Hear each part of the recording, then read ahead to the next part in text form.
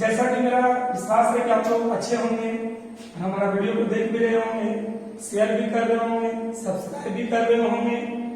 चलिए 10वीं क्लास के विद्यार्थियों के लिए जहां पर हम आपको छोड़ के आए थे उससे आगे चलते हैं।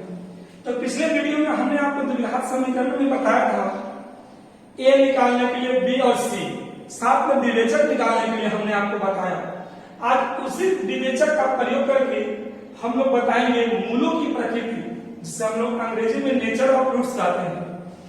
तो यहाँ पर पिछले वीडियो में हमने बी का संकेत बताया था विवेचक या तो विविक्तता, जिसका फॉर्मूला दिए थे b square minus 4ac। B square minus 4ac का ही प्रयोग करके हम लोग बताएंगे कि कौन द्विघात समीकरण का नेचर क्या है और उसके मूल कैसे होंगे। इसको निकालने के लिए, मूल की प्रकृति बताने के लिए सबसे पहला काम रहेगा मेरा विविक्तकर ज्ञात करना। पिछले वीडियो में हमने आपको 2 क्वेश्चन दिए थे कि बच्चे लोग सब बना लें, 2 क्वेश्चन का विवेचक निकाल लें। आज उसी विवेचक का प्रयोग करके हम लोग इससे आगे बढ़ेंगे और पढ़ेंगे मूलों की प्रकृति। तो देखते हैं हम लोग पिछले अकॉर्डिंग में हमने आपको बताया था कि a बराबर स्क्वायर का गुणांक यानी 5, b बराबर x का गुणांक यानी 7 और c कांस्टेंट पर अचर राशि अर्थात 2। d बराबर एक फॉर्मूला हमने बताया था b स्क्वायर माइनस 4ac, जैसा कि आप ऊपर भी देख सकते हैं। यहाँ पर अगर यदि हम सेट करते हैं तो 7 के स्क्वायर माइनस 4 गुने 5 गुने 2, इसको कैलकुलेशन किया जाए तो 7 का स्क्वायर 49 यानी 49 माइनस 4 बचे 20 दूनी 40, घटाएंगे तो 49 में से 40 गया तो बच गया 9। जैसा कि पिछले वीडियो में भी हमने आपको विवेचक निकाल के बताया था। इस पे गौर करेंगे हम लोग तो a बराबर 9, b बराबर 6 और c बराबर 1। हम लोग यहाँ विवेचक का फॉर्मूला लगाएंगे b square minus 4ac, b square minus 4ac, 6 के square minus 4 into 9 into 1। Calculation करेंगे तो 6 का स्क्वायर होता है 36 यानी 36, माइनस 4 को 9 से गुना करोगे तो आएगा 36, घटाओगे तो आएगा 0। यहां पर भी 0 जो विवेचक का वैल्यू है, इसका मान है विवेचक का। और हम तीसरे एग्जाम्पल में गौर करेंगे तो a बराबर 3, b बराबर 5 और c बराबर 4। यहाँ पर किसी को दिक्कत हमारे हिसाब से तो नहीं होनी चाहिए, पर आपको दिक्कत हो रही होगी तो पिछले वीडियो एक बार और देख लेंगे, आपका सारा प्रॉब्लम यहाँ पर कंप्लीट हो जाएगा। यहाँ पर लिखेंगे d बराबर b स्क्वायर माइनस 4ac अर्थात 5 का स्क्वायर माइनस 4 गुने 3 गुने 4। 5 का स्क्वायर करेंगे 25 यानी 25, माइनस 4 को 3 से करोगे 12, 12 को 4 से करोगे तो आएगा 48। अब 25 में से 48 घटाओगे तो आएगा माइनस 23 अर्थात माइनस 23। हम लोग यहाँ पर 3 द्विघात समीकरण क्वेश्चन लिए, इसका विवेचक निकाले कि 3 तरह का है। कितने तरह का है? 3 तरह का। पहला जो 9 आया, ये 9 के आगे पॉजिटिव यानी प्लस है। दूसरा विवेचक जो आया वह शून्य है। तीसरा विवेचक जो आया वह नेगेटिव यानी ऋणात्मक में आया है, कितना 23 अर्थात 23। अर्थात d बराबर +9, d बराबर 0 और d बराबर माइनस 23। ये 3 द्विघात समीकरण को निकालने के बाद ये तीनों का नेचर पता चलता है कि कौन द्विघात समीकरण का मूल कैसा होगा। तो जिसके प्लस में कोई संख्या यदि आए, अगर आप बना रहे हो विवेचक निकाल रहे हो, प्लस में अगर आएगा तो उसके बारे में हम लिखेंगे कि मूल उसके वास्तविक होते हैं, वास्तविक और असमान, वास्तविक और असमान। असमान को हम लोग दूसरी भाषा में भिन्न भी कह सकते हैं। ये मूल वास्तविक और असमान क्या होता है सुनिएगा तरीका। अर्थात विवेचक जिसका प्लस में आएगा, पॉजिटिव आएगा, उसका मूल वास्तविक होने वास्तविक संख्या होगा। और असमान वास्तविक कहने का मतलब कि हम लोग उस द्विघात समीकरण को हल कर सकते हैं और हल करके जो उसके आंसर आएंगे, मूल आएंगे, वह हमेशा कौन संख्या कहलाएंगे? वास्तविक संख्या कहलाएंगे। और असमान या भिन्न कहने का मतलब कि हम पिछले वीडियो में बताए थे कि द्विघात समीकरण के दो मूल होते हैं, दो हल होते हैं, तो वहां पर दोनों मूल और हल जो निकलेंगे वह अलग अलग निकलेंगे, दोनों बराबर नहीं निकलेंगे। किसी का मान लो 5 आ गया, किसी का 6 आएगा, किसी का 10 आएगा, किसी का 11 आएगा। ये दोनों मूल अलग अलग होंगे, दोनों मूल सेम नहीं होंगे। उसी को कहा जाता है असमान या तो भिन्न, जिसे कंडीशन में हम लोग लिखते हैं कि d ग्रेटर देन 0। अर्थात इसका मतलब होता है कि d का मान जो है वह 0 से बड़ा है। d बोले तो विवेचक, यानी विवेचक का जो वैल्यू है वह 0 से बड़ा है। अर्थात +9 यहाँ पर आप लोग देख रहे होंगे, +9 जो है वह 0 से क्या है तो बड़ा है। इसका नेचर होगा, मूलों की प्रकृति क्या कहलाएगा?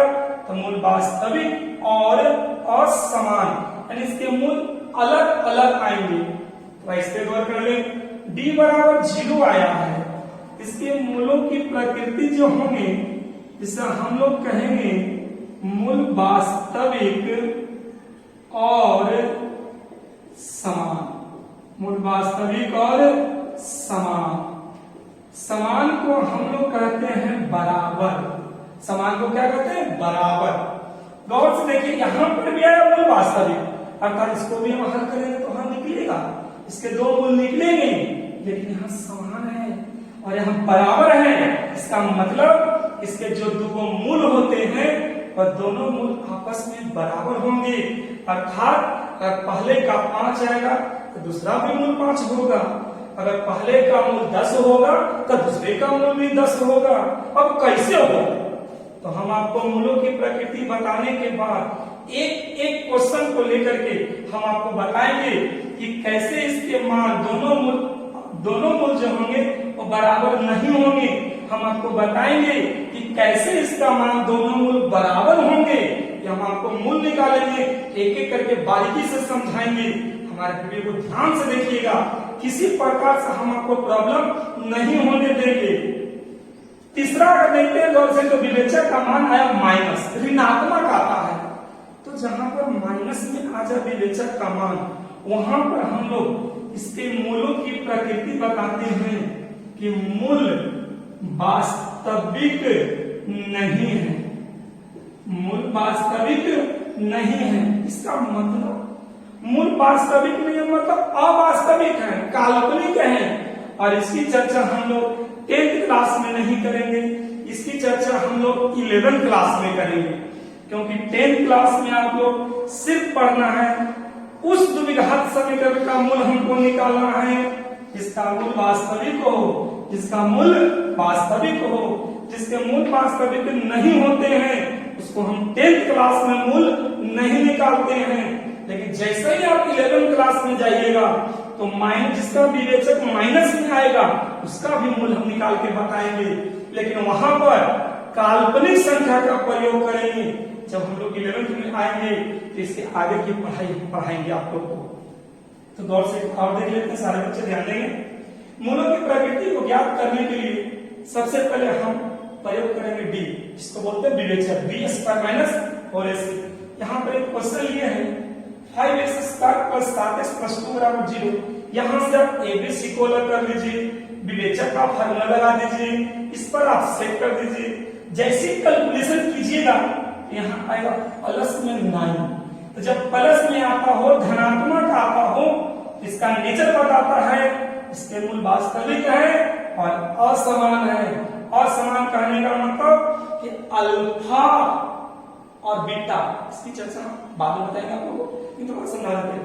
असमान कहने का मतलब कि अल्फा और बीटा जो द्विघात समीकरण तो मूल निकालेंगे आगे चल के हम उसमें बताएंगे कि अल्फा और बीटा ये दोनों आपस में बराबर नहीं होंगे। इसी को कहा जाता है हमको असमान कहते हैं, और असमान को हम लोग भिन्न के नाम से भी जानते हैं, अर्थात दोनों का मूल अलग अलग निकलेगा। इसमें हम लोग आते हैं तो यहाँ से एबीसी निकालेंगे, फिर विवेचक निकालेंगे, कैलकुलेशन करेंगे तो आएगा 0। क्या आएगा? 0। तो इसके मूल यहाँ पर भी वास्तविक होंगे, लेकिन दोनों मूल बराबर होंगे।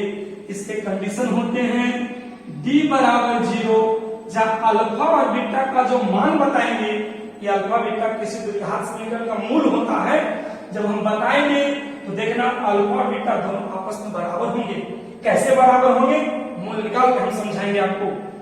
तीसरा में देखते हैं जापुल में द्विघात समीकरण के लिए एबीसी को अलग कर दिए, करने के बाद विवेचक का फॉर्मूला लिख दिए, कैलकुलेशन किए, यहाँ पर आ गया माइनस। यहाँ क्या दिखाई दे रहा है आप लोग को? माइनस। जैसे माइनस में कोई संख्या आता है तो वहां पर उसका नेचर होता है कि मूल वास्तविक नहीं होते हैं, अर्थात उसके मूल काल्पनिक होते हैं। और इसकी चर्चा हम लोग 11th क्लास में करेंगे। इसका शर्त होता है कि d छोटा है और 0 बड़ा है, यानी d विवेचक छोटा है और 0 क्या है तो बड़ा है। इसी को कहते हैं हम लोग मूलों की प्रकृति।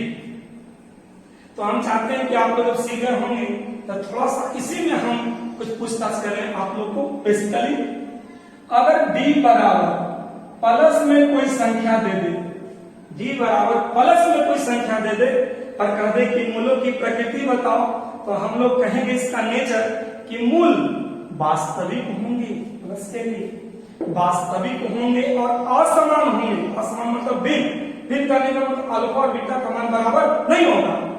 दूसरा देखते हैं कि d बराबर अगर 0 आता है, इसका नेचर क्या होगा, इसकी प्रकृति क्या होगी? इसमें भी मूल वास्तविक होंगे, लेकिन यहाँ पर दोनों मूल बराबर होंगे, अर्थात इसे कहेंगे मूल वास्तविक और समान यानी कि बराबर। इसको कहेंगे d बराबर 0। यहाँ पर दोनों मूल अल्फा और बीटा जो निकालेंगे और दोनों मूल आपस में क्या होंगे? बराबर होंगे। तीसरा हम लोग देखते हैं कि d का मान अगर माइनस में कुछ आता है तो सीधे हम लोग कह देते हैं इसके मूल हम लोग 10th क्लास में नहीं ज्ञात करेंगे, इसके मूल वास्तविक नहीं होंगे। लेकिन जैसे 12th में हम लोग आएंगे, 11th में हम लोग आएंगे, तो हम बताएंगे आप लोग को कि जिसका विवेचक ऋणात्मक होता है, इसका विवेचक माइनस में होता है, उसका भी हम मूल निकालते हैं। कैसे निकालते हैं वह 11th क्लास में हम आपको बताएंगे। तो जैसा कि आप लोग देखे होंगे अभी मूलों की प्रकृति, तो हमारा जहां तक विश्वास है कि आपको कुछ न कुछ समझ में आया होगा। तो जब मूलों की प्रकृति निकालने के बाद हम लोग मूल ज्ञात करेंगे। क्या ज्ञात करेंगे? मूल। तो कैसे मूल ज्ञात करेंगे? तो मूल ज्ञात करने से पहले हम पहले भी कर चुके हैं, हम पढ़ाएंगे तो साथ में आपको भी कुछ ना कुछ पढ़ना पड़ेगा, कुछ ना कुछ बनाना पड़ेगा। क्योंकि गणित एक ऐसी चीज है कि हम लोग बोर्ड पर बना लिए, इस तरह कॉपी पे उतार लेते हैं, बढ़िया से नहीं समझते हैं तो बनाने में प्रॉब्लम होगा, बार बार कॉपी को उलटने की आवश्यकता होगी।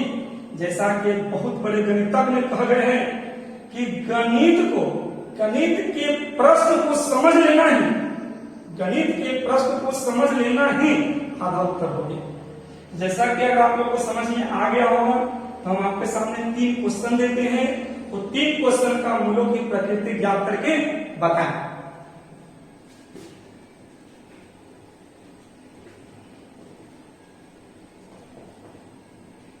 आप लोग के सामने द्विघात समीकरण से 3 क्वेश्चन हम दे रहे हैं। 7x² plus 9x plus 2 = 0। दूसरा क्वेश्चन दे रहे हैं हम 4x² प्लस 4x प्लस 1 बराबर 0। तीसरा हम दे रहे हैं आपको 2x² प्लस 3x प्लस 5 बराबर 0। अब सबसे पहला काम क्या कीजिएगा, आप एबीसी निकाल लीजिएगा, वहां से फिर d बराबर b² माइनस 4ac का प्रयोग कीजिएगा, प्लस में आएगा तो मूल वास्तविक और असमान कहेंगे। अगर 0 आएगा तो मूल वास्तविक और समान कहेंगे। अगर माइनस में आएगा तो मूल वास्तविक नहीं कहेंगे। पहले आप लोग इसको 3 क्वेश्चन को क्या करें, बनाएं, उसके बाद आगे हम आपको मूल बना करके बताएंगे। जैसा कि आप लोग अभी 3 क्वेश्चन हम आपको दिए और 3 क्वेश्चन से हमने आपको बोला कि मूलों की प्रकृति ज्ञात करें।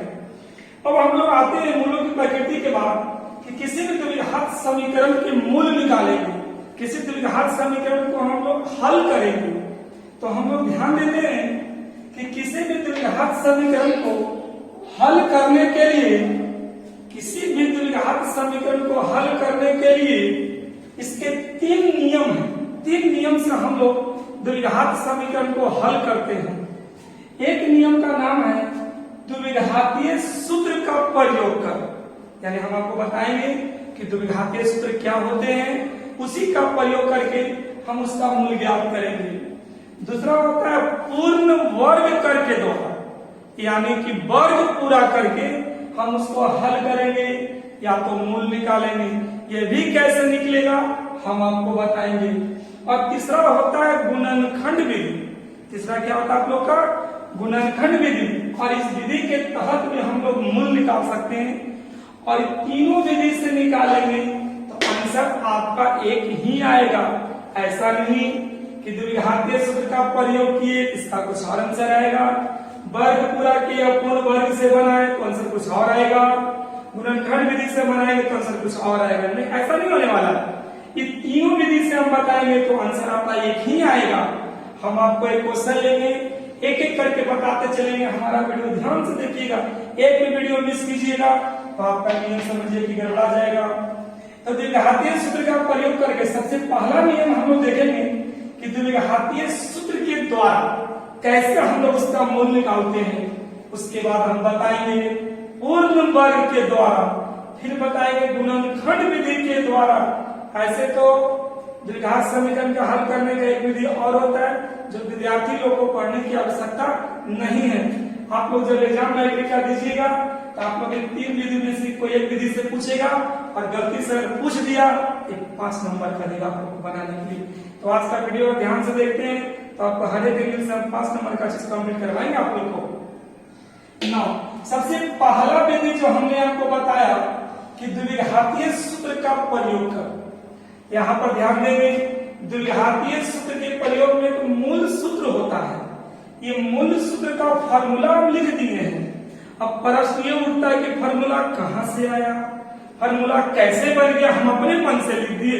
नहीं, जब आप लोग मेरे ऑफलाइन में पढ़ने आइएगा तो हम आपको बताएंगे फार्मूला को सिद्ध करके। अगर कोई बच्चे सीखने का जिज्ञासा हो कि सर हमें बता दें कि फार्मूला कहां से आया, तो आप कमेंट्स करके लिख सकते हैं। हम देख लेंगे तो हम आपकी आवश्यकता को पूरी कर देंगे, ताकि आपके मन में किसी प्रकार से ये ना हो कि फार्मूला आया तो सर हमको बताए नहीं। ऐसे हम ऑफलाइन में बताएंगे, लेकिन आप लोग ऑनलाइन जुड़े हुए हैं तो हम आपको फार्मूला लिख करके मैथ समझा देते हैं, क्योंकि इस फार्मूला को सिद्ध करने में थोड़ा समय लगता है। हम बता देंगे आप लोग को, परेशान मत होइएगा। कमेंट्स लिखिए कि हाँ सर बता दीजिए, हम बता देंगे आप लोग को। तो मूल सूत्र का फार्मूला होता है -b plus minus root under b square minus 4ac बटा 2a। ये सब फार्मूला सिद्ध होता है। फार्मूला आया तो कहां से आया? क्या कोई शिक्षक अपने मन से लिख दिए? नहीं, अपने मन से कोई नहीं लिखते हैं। सब फार्मूला को सत्यापित होता है और हम आपको एक एक चीज को बारीकी से बताते हुए चलेंगे। तो x बराबर -b plus minus root under b square minus 4ac बटा 2a। अगर आप चाहें तो संक्षिप्त रूप में तो b स्क्वायर माइनस 4ac जो आप देख रहे हैं इसकी जगह पर आप b लिख सकते हैं, क्योंकि आप लोग को हम पिछले वीडियो में बताए हैं कि b बराबर b स्क्वायर माइनस 4ac होता है। b स्क्वायर माइनस क्या होता है? 4ac। तो मूल सूत्र का फार्मूला आ गया कि -b plus minus root under b square minus 4ac बटा 2a, अर्थात इसको कह सकते हैं -b plus minus root d बटा 2a, जहां d क्या है तो विवेचक है। इसका फार्मूला होता है b स्क्वायर माइनस 4ac। और यहाँ पर हम आगे देखते हैं, यहाँ पर x बराबर जो प्लस माइनस जो आप देख रहे हैं ना, इसको अलग अलग बांट देते हैं। तो एक बट गया आपका एक प्लस, अर्थात -b प्लस रूट d बटा 2a। एक बट गया आपका कुछ -b माइनस रूट d बटा 2a। यही जो प्लस माइनस में जो डिवाइड होता है, इसी को एक मूल को हम लोग अल्फा के नाम से जानते हैं और दूसरे मूल को हम लोग बीटा के नाम से जानते हैं। जैसा कि आगे हम आपको बताएं कि द्विघात समीकरण में दो मूल होते हैं, एक अल्फा और एक बीटा होते हैं। तो वही यहाँ जो प्लस माइनस जो अलग अलग बढ़ जाते हैं, डिवाइड हो जाते हैं, वहीं से ए को हम अल्फा कर देते हैं और एक को हम बीटा कर देते हैं।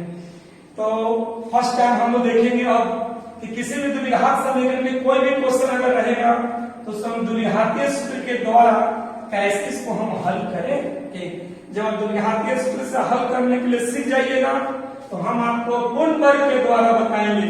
जब पूर्ण वर्ग के द्वारा सीख जाइएगा तो हम आपको गुणनखंड विधि के द्वारा बताएंगे। और जब गुणनखंड विधि सीख जाइएगा तो हम बार बार बोल रहे हैं, हम नहीं पढ़ाएंगे, साथ में आपको भी पढ़ना होगा। तब हम एक क्वेश्चन आप लोगों को देंगे और कहेंगे आप इन तीनों विधि से बनाएं। और जब तीनों विधि से बनाएंगे कौन सा तीनों का एक ही आएगा। तो हम चाहते हैं कि आपके बनाने से पहले हम पहले एक एक करके हम बनाते चले, समझ में आएगा, एक एक नियम से आप भी बनाते चलेंगे।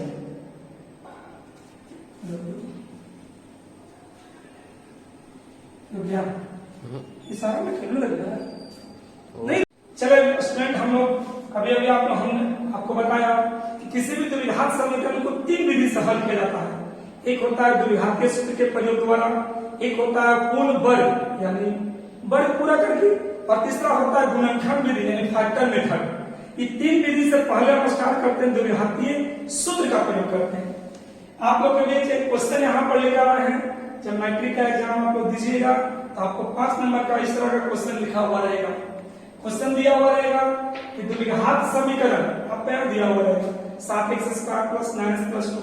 ऐसा मत सोचिए कि यही दिया हुआ रहेगा, मतलब इसी टाइप का क्वेश्चन रहेगा। द्विघात समीकरण 7x² + 9x + 2 = 0 के मूलों की प्रकृति। तो सबसे फर्स्ट बात, पहला बात काम करना है कि हमको मूलों की प्रकृति, नेचर ऑफ रूट्स, यानी पहले पता करना है कि मूल वास्तविक है कि नहीं। अगर यदि मूल वास्तविक हो, कंडीशन देके लगा दिया है पे, यदि मूल वास्तविक हो तो द्विघातीय सूत्र का प्रयोग करके मूल ज्ञात करें। यहाँ पर इस क्वेश्चन को गौर से देखेंगे, इसमें दो तरह क्वेश्चन है। पहला क्वेश्चन है कि मूल की प्रकृति निकालें, और दूसरा करें अगर मूल वास्तविक होगा तब जाकर मूल निकालें, मूल वास्तविक नहीं होगा तो मूल नहीं निकालें। देखिए यहाँ पर आप सोल्व लिख दीजिएगा प्लेन से, और यहाँ पर समीकरण को उतार दीजिएगा 7x² + 9x + 2 = 0।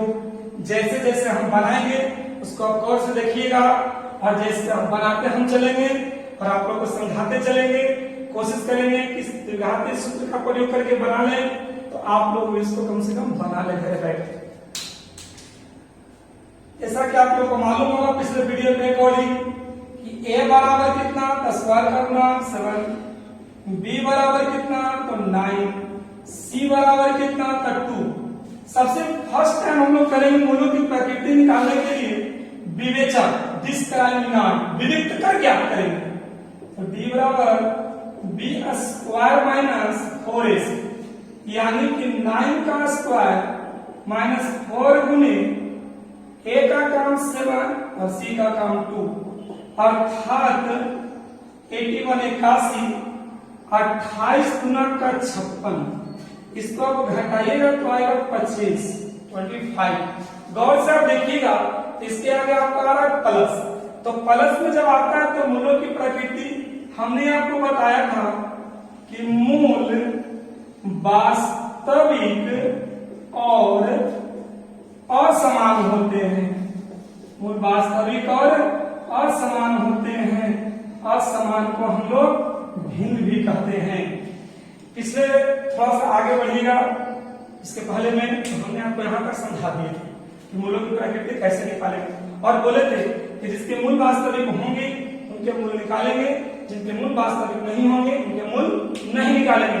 आपका क्वेश्चन भी वही कर रहा है कि यदि मूल वास्तविक हो तो द्विघातीय सूत्र का प्रयोग करें।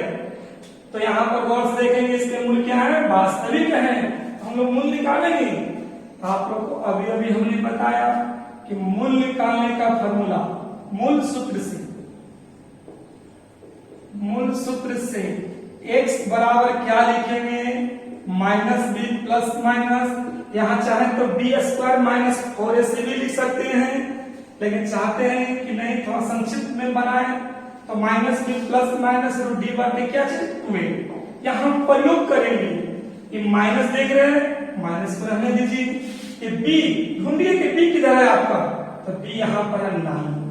बी कितना है आपका 9, यहाँ पर 9 रख दीजिए प्लस माइनस रूट डी। गौर से देखिए डी विवेचक, तो विवेचक का वैल्यू कितना है 25, यहाँ रख दीजिए बटा 2 गुने ए। अब यहाँ पर ए का वैल्यू रखना है ढूंढिए, ए किधर है, ए की जगह पर 7 रख दीजिए और बड़ा प्यार से कैलकुलेशन कीजिए।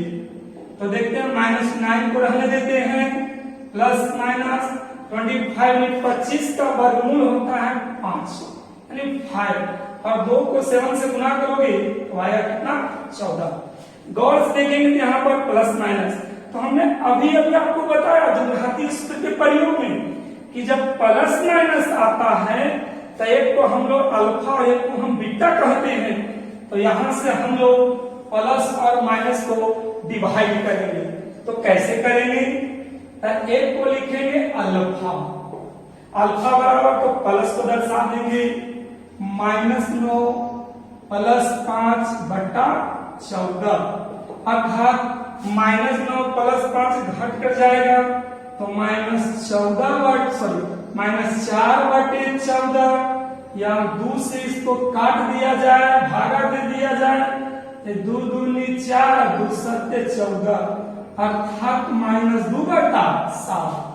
और उसी तरह से बीटा का मान निकाला जाए तो यहाँ पर लिखेंगे प्लस को तो अल्फा से कर दिए तो बच गया माइनस, तो -9 -5 बटा 14 -9 -5 को जोड़ दिया जाए तो -14 बटे 14 काटेंगे तो -1। तो अल्फा का मान निकल गया -2 बटा 7 और बीटा का मान निकल गया -1। तो गौर से देखिए अल्फा है -2 बटा 7 और बीटा है -1, क्या दोनों बराबर है तो नहीं। तो इसी को कहा जाता है असमान या इसी को कहते हैं हम लोग भिन्न। जैसा कि मूलों की प्रकृति में हमने समझाया कि मूल वास्तविक और असमान, तो असमान मतलब भिन्न। जैसा कि हम बताए थे कि भिन्न में अल्फा बीटा बराबर नहीं होते हैं। यहाँ पर देखिए अल्फा का मान -2 बटा 7, बीटा का मान -1, क्या ये दोनों बराबर है तो नहीं। इसी को कहते हैं हम लोग असमान या तो भिन्न। अतः लास्ट में इसका आंसर लिख देंगे हम लोग मूल बराबर जो अल्फा का मान निकाले हैं और जो बीटा का मान निकाले हैं अर्थात -2 बटा 7 और -1। इस तरह से बनाइएगा तो मैट्रिक के एग्जाम में अगर 5 नंबर का चीज देगा तो 5 नंबर में किसी प्रकार से कोई प्रॉब्लम नहीं होगा। हम चाहते हैं एक बार और इसको थोड़ा सा समझ लें, थोड़ा सा तेजी में, ताकि आप लोग जब अगला क्वेश्चन बनाने के लिए हम दें तो बनाने में किसी प्रकार से कोई प्रॉब्लम ना हो। ध्यान देंगे, सबसे पहले हम लोग इस क्वेश्चन को उतार लेंगे, उतारने के बाद एबीसी को अलग अलग कर लेंगे। विवेचक बार बार बोल रहे द्विघात समीकरण को बनाने से पहले विवेचक निकाल लीजिएगा। विवेचक निकालेंगे b² - 4ac, इसको हल किए तो आया 25, प्लस में आया है तो कहेंगे मूल वास्तविक और असमान। अब क्वेश्चन कर रहा है कि यदि मूल वास्तविक हो तो मूल निकालें, मूल तो यह वास्तविक है, मूल निकालेंगे। जब मूल निकालेंगे तो मूल सूत्र का प्रयोग करेंगे। तो मूल सूत्र का फॉर्मूला क्या होता है, x बराबर -b plus minus root d बटे 2a। तो माइनस को छोड़ दीजिए, b ढूंढिए, ढूंढो b किधर है भैया, तो 9 लिखिए। रूट 25 क्या है तो विवेचक, तो विवेचक का मान कहीं निकला होगा 25, इसलिए यहाँ सेट किया 25 का वर्गमूल होता है 5। अब -9 प्लस माइनस 25 का वर्गमूल 5 और 2 को 7 से गुना करेंगे तो आएगा 14। अब यहां से हम लोग जैसा कि आपको बताया कि द्विघात समीकरण में 2 मूल, एक अल्फा और एक बीटा होते हैं। यहां से हम लोग प्लस को अलग करेंगे और माइनस को अलग करेंगे। प्लस को अलग किए तो 5 आया, माइनस को अलग किए तो यहाँ -5 आया। अर्थात कैलकुलेशन करेंगे तो -9 प्लस 5, -9 में +5 को घटा दिया जाए तो -4, कैलकुलेशन करके -2 बटा 7। बीटा का मान -9 -5, -14 को काट देंगे -1।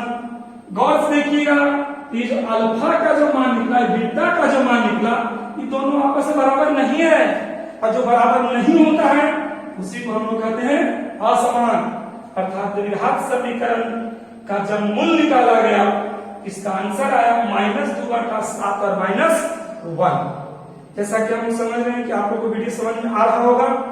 तो अगर समझ में आ रहा होगा, हम कुछ क्वेश्चन देंगे, आप इसको बनाइए, आप खुद भी बनाइए और अपने दोस्तों से भी बनवाइए और उनको बोलिए कि आस्था स्टडी के ऑनलाइन में पढ़ाई 10th क्लास की शुरू हो गई है और हम लोग प्रयास करेंगे कि आप जितना से जितना ज्यादा इस वीडियो को शेयर करें, सब्सक्राइब करें, ताकि हमारा भी मनोबल बढ़ता रहे। चले हम लोग एक और क्वेश्चन हम लेकर के आपको समझाते हैं। यहाँ पर क्वेश्चन दिया है 9x² + 6x + 1 = 0। तो सबसे पहला काम हम बार बार आपको बोल रहे हैं कि आप पहले a अलग कीजिए, a = 9, b को अलग कीजिए तो b = 6, c को अलग कीजिए तो c = 1। अब हम लोग सबसे फर्स्ट मूल की प्रकृति जांच करेंगे, तो उसके लिए हम लोग निकालेंगे d। तो d बराबर फार्मूला b² - 4ac, अर्थात 6 का स्क्वायर -4 गुने 9 गुने 1, अर्थात 36 - 36 बोले तो 0। जैसा कि हम आपको पहले बता चुके हैं कि जिसका विवेचन 0 आता है, उसके मूल जो होते हैं, मूल की प्रकृति जो होते हैं, वह मूल वास्तविक होते हैं, मूल वास्तविक होते हैं, साथ में असमान नहीं। यहाँ समान का प्रयोग करेंगे, मूल वास्तविक और समान, समान, इसलिए यहाँ पर विवेचक का मान कितना आया है? 0 आया है, या तो बराबर। ये कहला गया द्विघात समीकरण की मूलों की प्रकृति। अब हम लोग क्या करेंगे? इसका मूल ज्ञात करेंगे। तो कैसे? तो मूल सूत्र से, मूल सूत्र से। अभी हमने आपको एक फॉर्मूला बताया, x बराबर -b ± √d बटे क्या चीज? 2a। माइनस को रहने दीजिए, b की जगह पर ढूंढिए b का मान कितना है। तो b का मान हमको दिखाई दे रहा 6, इसको पकड़िए, लाके यहाँ पर सेट कर दीजिए, ± विवेचक d का मान कितना है? 0 है, यहाँ रख दीजिए, बटा 2a। तो a का वैल्यू कितना है ढूंढो, a का वैल्यू कितना है? तो 9, ला करके यहाँ 9 को ला करके एक जगह पर सेट कर दीजिए। अब इसको कैलकुलेशन कीजिए। जब हम कैलकुलेशन करेंगे तो -6 ज्यों का त्यों रह गया, ± 0 का वर्गमूल 0, ±0 बटा 2 को 9 से गुना कीजिएगा तो आएगा 18। क्या आएगा? 18। यहां से हमने आपको बोला कि अल्फा और बीटा का मान अलग अलग कर दीजिए, ये प्लस माइनस को डिवाइड कर दीजिए। तो अल्फा बराबर -6 + 0 बटे 18 -6 बटा 18, इसको काटेंगे तो -1/3। बीटा का मान देखते हैं, प्लस का तो काम हो गया, माइनस, तो -b -0 बटे -6 -0 बटे 18 -6 बटे 18, काटेंगे तो -1/3। तो ध्यान देंगे कि अल्फा का मान भी आया -1/3 और बीटा का मान भी आया -1/3। तो क्या आपको लगता है कि अल्फा और बीटा का मान आपस में क्या है? बराबर है, समान है। इसलिए इसकी मूल की प्रकृति हम आपको बताए थे कि जिसका विवेचक d बराबर 0 होता है, वो वास्तविक तो हो भी करते हैं उसके मूल, साथ में दोनों मूल आपस में बराबर होते हैं। जैसा कि मूल जब हम निकाले तो अल्फा का मान -1/3 और बीटा का मान -1/3। तो देखने में लग रहा है कि दोनों मूल आपस में क्या है? बराबर हैं। तो यहाँ पर हम लोग लिख देंगे, अतः मूल बराबर -1/3। इसके पहले हम लोग देखे कि प्लस में आ रहा था तो अल्फा बीटा बराबर नहीं थे, यहाँ पर 0 आ रहा है तो अल्फा बीटा का मान बराबर है। इससे साफ जाहिर होता है कि प्लस में आएगा तो मूल वास्तविक और असमान होंगे, लेकिन जब जीरो आएगा तो वास्तविक और समान आएंगे। कैसे समान आए तो हम यहाँ पर आपको बता दी। एक चीज और बचा हुआ है आप लोग का कि वास्तविक नहीं है, तीसरा कंडीशन। तो जब वास्तविक नहीं रहेगा तो उसकी मूल निकालने की आवश्यकता नहीं है। तो मूल सिर्फ निकलता है दो ही चीज का, एक निकलेगा d बराबर धनात्मक कुछ आ जाए और d बराबर 0 आ जाए। लेकिन d बराबर माइनस में आएगा तो 10वां क्लास 10 क्लास तक हम लोग मूल नहीं निकालेंगे। लेकिन जैसे ही उछल करके हम लोग 11th में जाएंगे तो हम लोग वहां पर जिसका विवेचक माइनस में आएगा उसका भी मूल हम निकालेंगे। तो हम आपको विवेचक माइनस वाला भी आपको समझा देते हैं, थोड़ा सा गौर से देखें इसको।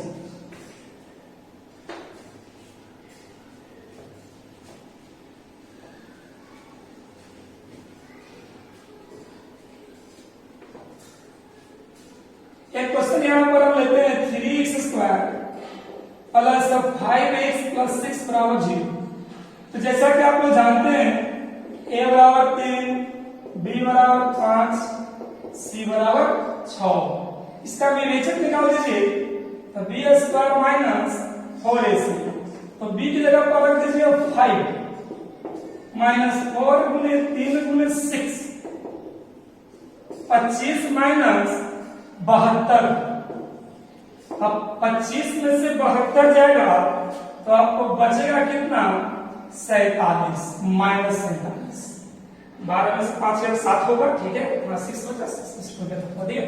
जैसे ही विवेचक माइनस में आएगा इसका तो नेचर हो जाएगा कि मूल वास्तविक नहीं होंगे। इसके मूल वास्तविक नहीं होंगे तो क्या होंगे, इसके मूल काल्पनिक होंगे। इसके मूल क्या होंगे, काल्पनिक होंगे। और इसकी चर्चा हम लोग 10th क्लास में नहीं 11th क्लास में करेंगे। इसका माइनस में विवेचक आता है उसका मूल कैसे निकालते हैं। तो जैसा कि हमने आपको 3 तरह का क्वेश्चन लेकर के मूल निकाला, तो हम चाहते हैं कि अगर हमारा वीडियो आपको समझ में आया होगा, मैथ समझ में आया होगा, तो हम आपके सामने 3 क्वेश्चन लिखने जा रहे हैं और आपको बैठ करके प्यार से इसको बनाइए। अगर बनाने में किसी प्रकार से प्रॉब्लम हो तो हमारे मोबाइल नंबर पे कांटेक्ट कीजिए, हम आपको बताएंगे। अगर आपसे बन जाए तो हमारे इस वीडियो को जितना ज्यादा हो सके शेयर करें और खुद ब खुद सब्सक्राइब करें और अपने दोस्तों से भी करवाएं। जैसा कि आपको क्वेश्चन पूछ देते हैं, घर बैठे क्या कीजिएगा, बनाइए बैठ के 7x² प्लस 10x प्लस 3 बराबर 0। दूसरा 4x² प्लस 4x प्लस 1 बराबर 0। तीसरा 2x² प्लस 3x प्लस 5 बराबर 0। ये 3 क्वेश्चन आपको बनाना है द्विघातीय सूत्र का प्रयोग करके। अगले वीडियो में हम आपको बताएंगे कि वर्ग पूरा करके कैसे हम लोग मूल निकालते हैं, कैसे इसको हल करेंगे, और उसी वीडियो में बताएंगे गुणनखंड विधि के द्वारा। तो हमारे अगले वीडियो देखने के लिए थोड़ा सा इंतजार कीजिए और उस वीडियो में हम आपको द्विघात समीकरण में वर्ग पूरा करके और गुणनखंड विधि दोनों विधि हम आपको सिखा देंगे। अगर आपको अगला वीडियो देखना है या अपने दोस्तों को बताना है तो बताइए और जितना से जितना ज्यादा हो सके इसको शेयर कीजिए। धन्यवाद।